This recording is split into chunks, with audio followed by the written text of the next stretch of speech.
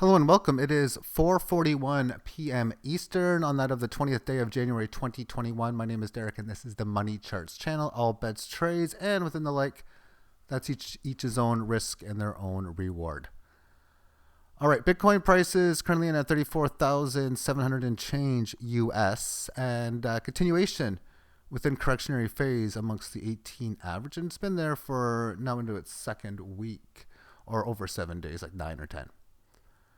Within this run, and you can really see it started here on December the 16th, breaking this major level resistance, which obviously not shown here, or that's because it goes back to 2017 as previous all-time highs. But on that, it did so with a gain of 9.85%.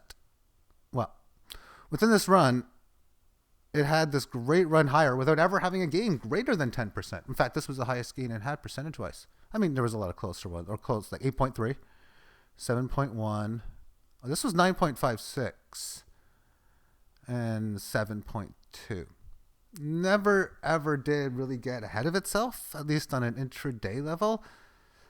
And it kind of barely got ahead of itself in its entire run, as all it did within correctionary phase was that on this 4th and 5th of January was come down to the 18 average of highs, and albeit barely. In fact, it only barely touched it on the 5th. Okay, so we've seen it correct a little bit. It comes up to this high in here, lower than the previous one. Still haven't tested this low, or even, well, we've kind of, we technically haven't even tested the 32.4, albeit we're close. And on the weekly term time frame, we can see that it is a little overextended, but even a couple periods now, it's just a little bit to make it not quite as much as it was. Well, for example, it was 34,730 on the way up. It was just a little more overextended now than it is today. It could very easily go in either of the two directions as I look at this price. Now, there's no way I could confidently go out and say, I think it's going to go higher, or I think it's going to go lower from this point, because I really can't. And I'm going to switch this up to shorter term time frames and the Fibonacci retracement that I've been viewing in here, which is featured within the high and the low from the sell-off that took place.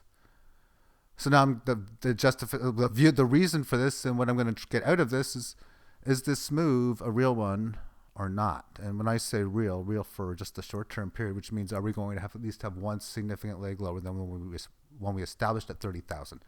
And quite frankly, 23, 24 would be the highest it could be for a leg lower on the next one lower. Realistically 20, where we came from.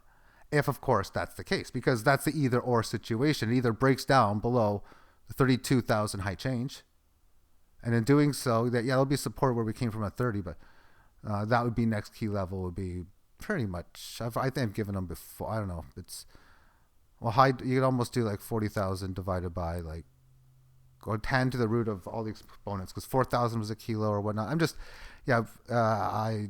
I'll calculate it.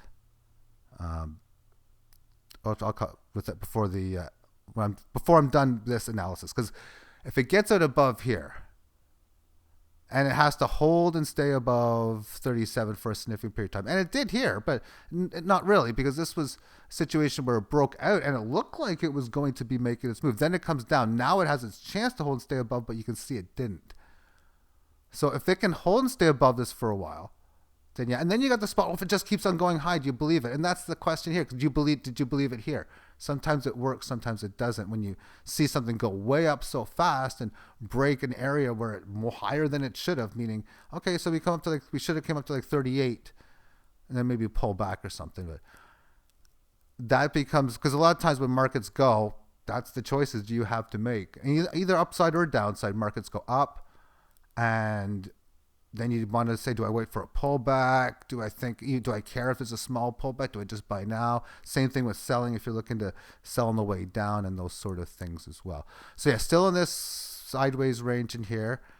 And then in the hourly term time frame, it really just, it's been in this sideways consolidation for 100 or so periods. It's been a lot. Anyway, as far as consolidate or for targets levels, for where we could come down, I gotta think the easiest ones to do right now would be the breakout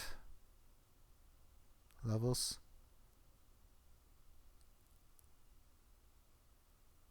40,000 divided by 10.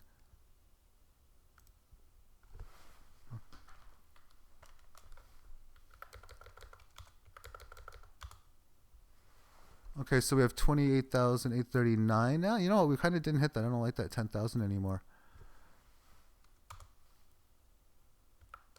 Actually, it's like 42,000 or something.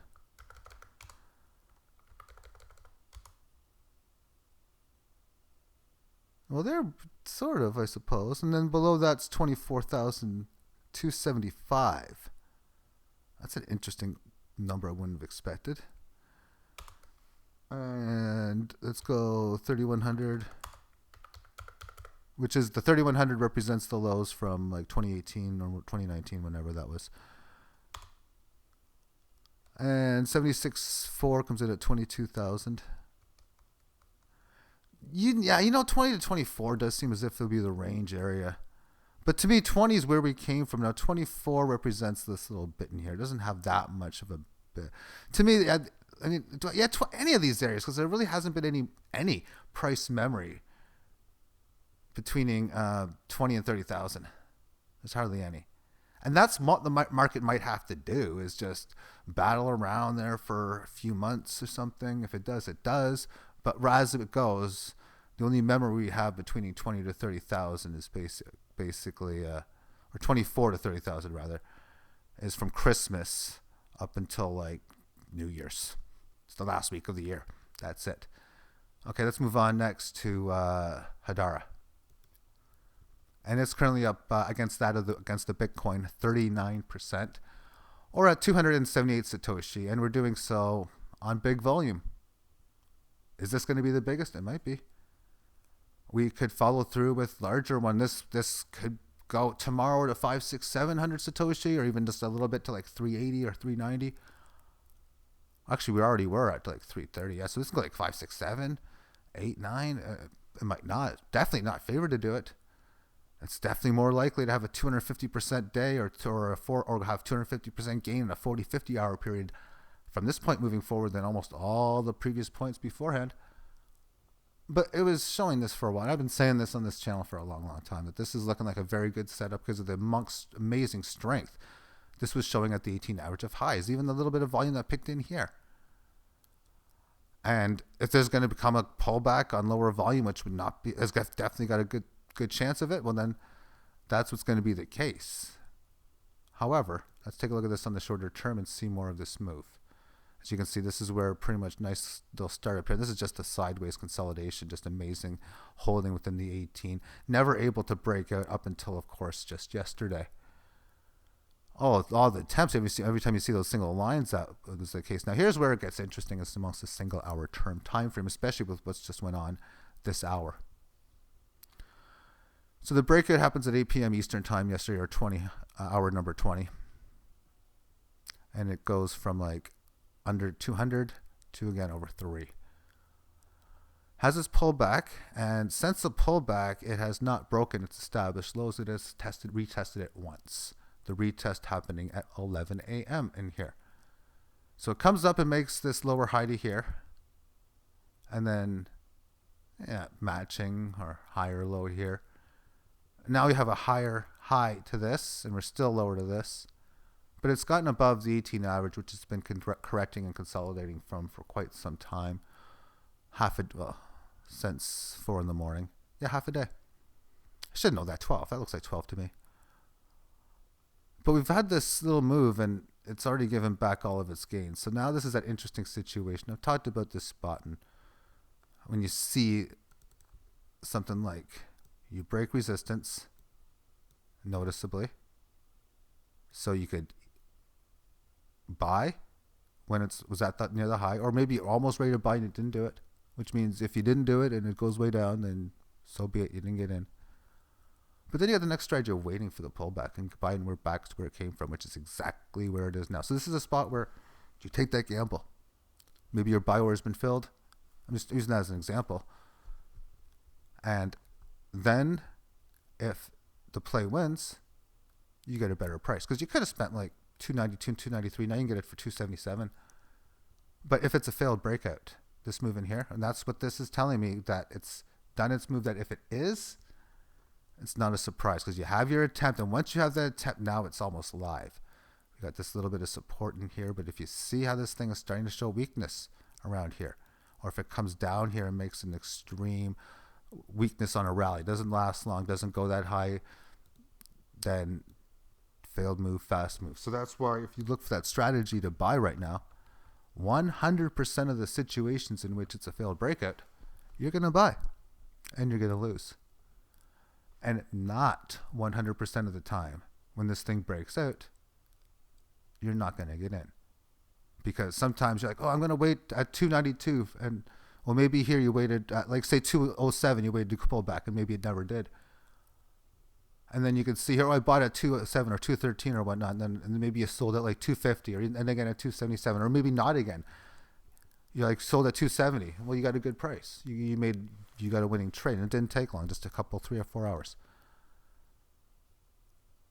But if you do get this and it goes higher, you get, all it is a little bit better price. I think the better play would be if you see something like this, okay, now let's see positive momentum moving forward on even a shorter term time frame. Because we've seen this thing here, we had an attempt to break out at 7:30 this morning. It ultimately didn't do such. And then in here, maybe you might have got trapped on this period, or maybe you bought in here. Literally, I mean, you could see it broke this resistance like 3 periods ago. Now, do you still hold? Of course, you wouldn't be stopped out at that. I don't know what to say if you would. So in the 5-minute term, you see something like this. We're back to areas of key support. And well, quite frankly, I think the 15 was the one to go with the whole time, yeah. If you see that it fails the 18 here, a weakness on that, then we might be in for a decent retracement down from this low down towards, like, well, basically, you can just tell by looking at this that, like, this is too little at 244. And I'm not going to say it can't immediately go down to 192. Even if it goes to like 240 in this area here and pops up forward, that's just a failed breakdown and a failed move. But usually you'd be expecting to like low 200s, at least just by looking at a view of that time frame there. Now, as far as the weekly term time frame is concerned, it's an attempt to do 2 things. One, neutralize the situation, which means, okay, you've had a big move. It's not likely we're going to hold it for long oftentimes, but can you at least not go much down later, thus prevent the 18 from declining or holding like 166, 165 area? That would flatten the situation. And then from there, we even have some rally attempts over 200 moving forward. Or the statement to really get going, sort of like what happened back in here, where you're just like, wow, you go way well north of the 18. And the price action has been to 800 Satoshi before. And it did so from the exact same points that it did the last time. So is it live to go there? I would have to say, how could you say not, other than you know something else I don't? Because it most certainly could even be live to even go further than that. Because how many times has a market made a high, and I didn't want to do that as far as draw that line. Or that either. What I wanted to do is, and this is going to work this time, is this. And then, we go to 16 or 18. It's possible, and I think it probably will in time. Now, for me, this is almost a hedge because this is a much different type of cryptocurrency within the way that it measures. It's most certainly not a decentralized coin. At least it doesn't sound like it is anyway. But it's Mike Maloney talked about this at the end of 2017 into 2018 in a Hidden Secrets of Money episode. So I'm so big into diversity. It's like, give me a bit of as much as different things that I can get. So I don't want to have a lot of different coins, but I have fun trading this. And if it happens to work because their technology succeeds, then I kind of want to be on it in the early days. And well, it's the early days now, and I'm in on it. And using the same time frame, same coin, different cross opposition, meaning instead of against the Bitcoin, against the dollar, or in this case, the Tether, I suppose, but they pretty much are the same value these days. This is a significant move. To me, it really, really is. We have monster support that occurred around 3 cents. Resistance came in at 6 and change in this area. Well, and even for that matter, you could make a case that there's a little bit of resistance at 5 up to 8.3. We've already crossed that number. And you can, really 6. So this entire range has had a break of such. And now it's a change of trend, change of direction. The opportunity, the possibility for this, I don't know. I mean, do I think $1 is possible? Wouldn't I want to run higher? Maybe, probably a couple legs to get there, 3. But that'd be a 10x move from here. And 100x from where? Well, a penny. Where was a penny? Oh, down at its lows. And how many cryptocurrencies in the past, from their all-time lows, have done a 100x move or better? If you take Bitcoin's price of 35,000, you divide that by 100, you get 350. And now let's go to Theta. Finish it off. This first against the Bitcoin, then against the dollar. Against the Bitcoin, 5,743 Satoshi. And I've talked a lot about these moves. So as it goes, this high, pretty much matching that one, but it is higher. Nice higher low at fib. And then, pretty much the same high, but technically higher again. So far, nice support at fib again. And here we are at this upper fib, looking like it's trying to break it as well amongst the 18 average of highs. And, well, it's been doing that for the last couple of weeks, or previous weeks beforehand. Well, sort of. On the daily chart, it's congesting, supporting, however you want to look at it. I'd still like to see it get nicely over 6,000, but right now in the short term, it's attempting something of a run right now. And what I find interesting is how it hasn't really I'm looking for resistance up to, like, barely above 57, but realistically, like 56 high change. 57.30 is current price. Okay, well, that doesn't, it's still pretty much in that area. Has been chopping around. It might continue to do so, but if this thing doesn't stop now where it's supposed to, and we see, 57.86, it's just went up to 57.51 as if it's much of a move, but 57.86, 58, this probably could be making 5,900 or 6,000 on the near term as well. You then start to see the 18 starting to rise well, and a big gain would mean, we had a lot of support here, or resistance rather, at 56.50 up to 57. Could that be support? But definitely the possibility for Theta coming into play. It broke out nicely here around 2 p.m. Eastern time and continue. And right now it's just looking to break out of its last correctionary phase as it is. Thank you for tuning in. Have yourself a great day. Bye-bye. Actually, no, I got the dollar chart. So no goodbye yet. So let's go ahead and